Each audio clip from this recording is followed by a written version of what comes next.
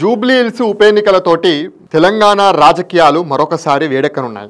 జూబ్లీహిల్స్ నియోజకవర్గానికి ఉప ఎన్నికలు జరగనున్నటువంటి నేపథ్యంలో ప్రధాన పార్టీలైనటువంటి బీఆర్ఎస్, కాంగ్రెస్, బీజేపీలు తమ వ్యూహాలను సిద్ధం చేసుకుంటున్నాయి. అయితే గత 10 ఏళ్లుగా బీఆర్ఎస్ పార్టీ ఆధీనంలో ఉన్నటువంటి యొక్క జూబ్లీహిల్స్ నియోజకవర్గం తాజా పరిణామాలతోటి అన్ని పార్టీలకు అవకాశాలను తెచ్చిపెట్టింది.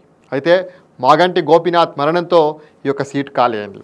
తెలంగాణ రాజకీయాల్లో మంచి పేరు సంపాదించుకున్నటువంటి బీఆర్ఎస్ నేత జూబ్లీహిల్స్ ఎమ్మెల్యే మాగంటి గోపీనాథ్ ఇటీవల అనారోగ్యంతో మృతి చెందడంతో ఈ యొక్క సీటు ఖాళీ అవడంతో కొత్త అభ్యర్థి ఎంపికపై రాజకీయ పార్టీలో కొంత ఉత్కంఠ అయితే నెలకొంది. అయితే ఇప్పటివరకు తెలంగాణ రాజకీయాల్లో ఎవరైనా సిట్టింగ్ ఎమ్మెల్యే మరణిస్తే వారి కుటుంబ సభ్యులకే టికెట్ కేటాయించేటువంటి సాంప్రదాయం అయితే ఉండేది. అయితే ఈసారి ఆ పరిస్థితులకు భిన్నంగా ఉండేటువంటి సూచనలు అయితే మనకు కనబడుతున్నాయి. ఎలాగైనా సరే ఈ యొక్క జూబ్లీహిల్స్ ఉప ఎన్నికల్లో గెలిచి తమ సత్తా చాటాలని చెప్పేసి ప్రధాన పార్టీలన్నీ కూడా భావిస్తున్నాయి. ముందుగా చూస్తే కనుక బీఆర్ఎస్ పార్టీకి ఇది ఒక సిట్టింగ్ స్థానం. జూబ్లీహిల్స్ సీట్ను ఎట్టి పరిస్థితుల్లో కూడా వదులుకోకూడదని చెప్పేసి బీఆర్ఎస్ అధిష్టానం భావిస్తుంది.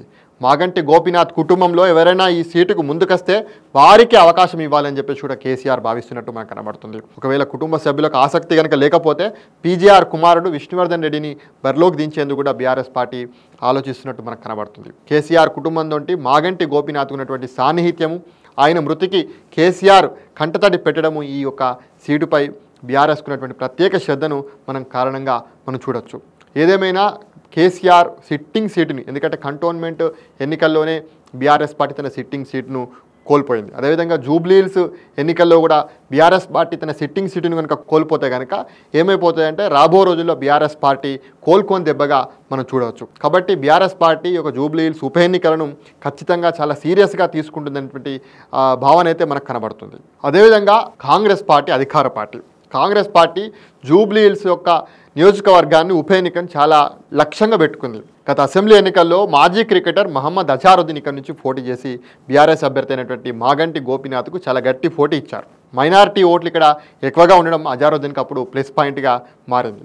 అయితే ఈసారి ఈ యొక్క టికెట్ కోసం అజారుద్దీన్తో పాటు పీజీఆర్ కుమార్తె విజయారెడ్డి కూడా ప్రయత్నాలు చేస్తున్నట్లయితే మనకు కనబడుతుంది. ఎందుకంటే బీఆర్ఎస్ పార్టీ నుంచి పీజీఆర్ కుమారుడు విష్ణువర్ధన్ రెడ్డి ప్రయత్నం చేస్తుండగా కాంగ్రెస్ పార్టీ నుంచి పీజీఆర్ కుమార్తె విజయారెడ్డి కూడా ఇక్కడ ప్రయత్నాలు చేయడం అయితే, టికెట్ కోసం ప్రయత్నించడం అయితే ఇక్కడ చాలా అనూహ్యంగా కనబడుతుంది. అయితే ఆమె ఇప్పటికే విజయారెడ్డి ఆమె ప్రజల్లోకి వెళ్ళి ప్రచారం కూడా ప్రారంభించడంతో కాంగ్రెస్ పార్టీ టికెట్ విషయంలో మరింత పోటీ పెరిగింది. అంతేకాకుండా ఇక్కడ కాంగ్రెస్ పార్టీ నుంచి విజయారెడ్డి, అజారుద్దీన్తో పాటు నాంపల్లి నుంచి గత ఎన్నికల్లో పోటీ చేసినటువంటి కాంగ్రెస్ పార్టీ అభ్యర్థిగా పోటీ చేసి ఓడిపోయినటువంటి ఫిరోజ్ ఖాన్ కూడా ఇక్కడ జూబ్లీహిల్స్ టికెట్ కోసం ప్రయత్నాలు చేస్తున్నట్టయితే మనకు కనబడుతుంది.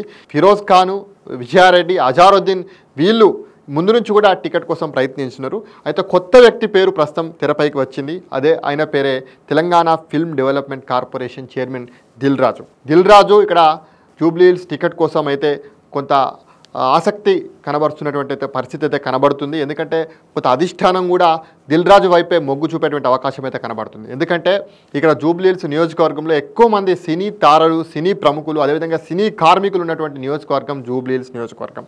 కాబట్టి ఆల్రెడీ దిల్ రాజుకు సినిమా రంగంలో సినీ ప్రముఖులతోటి, అదేవిధంగా సినీ కార్మికులతోటి పెద్ద ఎత్తున పరిచయాలు ఉండడం, అక్కడ పట్టు ఉండడంతో ఒకవేళ జూబ్లీహిల్స్ నియోజకవర్గంలో దిల్ రాజు కనుక టికెట్ ఇస్తే కనుక ఒకవేళ ఇక్కడ గెలవడం అనేది నల్లేరు మీద నడక అని చెప్పేసి కాంగ్రెస్ పార్టీ భావిస్తున్నటువంటి నేపథ్యంలో ఒకవేళ దిల్ రాజుకు టికెట్ ఇస్తే ఎలా ఉంటుంది అనేటువంటి ఆలోచన కూడా కాంగ్రెస్ పార్టీ ఆలోచిస్తున్నట్టయితే మనకు కనబడుతుంది. దీనిపైన కూడా ఇప్పటికే హైకమాండ్ వరకు కూడా దిల్ రాజు పేరు పరిశీలనలోకి వెళ్ళినట్టయితే మనకు కనబడుతుంది. ఇప్పటి వరకు ఎవరు కూడా ఈ యొక్క పేరుని ప్రతిపాదించకపోయినప్పటికీ కూడా రేవంత్ రెడ్డి మనసులో ఒకవేళ జూబ్లీహిల్స్ సీటు గెలవాలంటే దిల్ రాజు లాంటి ఆర్థికంగా బలంగా ఉన్నటువంటి సినీ రంగంలో ఆల్రెడీ మంచి పరిచయాలు, పట్టు ఉన్నటువంటి వాళ్ళకి టికెట్ ఇస్తే కనుక జూబ్లీహిల్స్ సీటు గెలుచుకోవడం ఈజీ అనేటువంటి భావనలో రేవంత్ రెడ్డి ఉన్నట్లయితే కనబడుతుంది. ఈ విషయాన్ని అధిష్టానానికి కూడా రేవంత్ రెడ్డి ఇటీవల ఢిల్లీ పర్యటనలో మనకు తెలియజేసినట్టయితే మనకు కనబడుతుంది.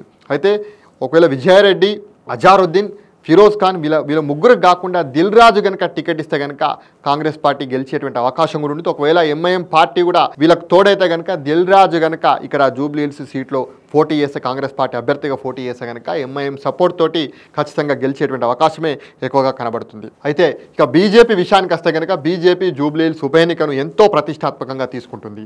గత అసెంబ్లీ ఎన్నికల్లో ఇక్కడ నుంచి పోటీ చేసినటువంటి లంకల దీపక్ రెడ్డి ఇక్కడ 25,000 ఓట్లు సాధించి పార్టీకి మంచి పేరైతే తీసుకొచ్చి పెట్టారు. అయితే ప్రస్తుతం ఆయన తిరిగి బరిలోకి దిగే అవకాశం ఉన్నప్పుడు కూడా ఇక్కడ కీర్తిరెడ్డి అదేవిధంగా డాక్టర్ పద్మ కూడా టికెట్ కోసం పోటీ పడుతున్నారు. అంటే దీంతో బీజేపీలో అభ్యర్థి ఎంపికపై ఆసక్తికరమైనటువంటి పరిస్థితి నెలకొంది.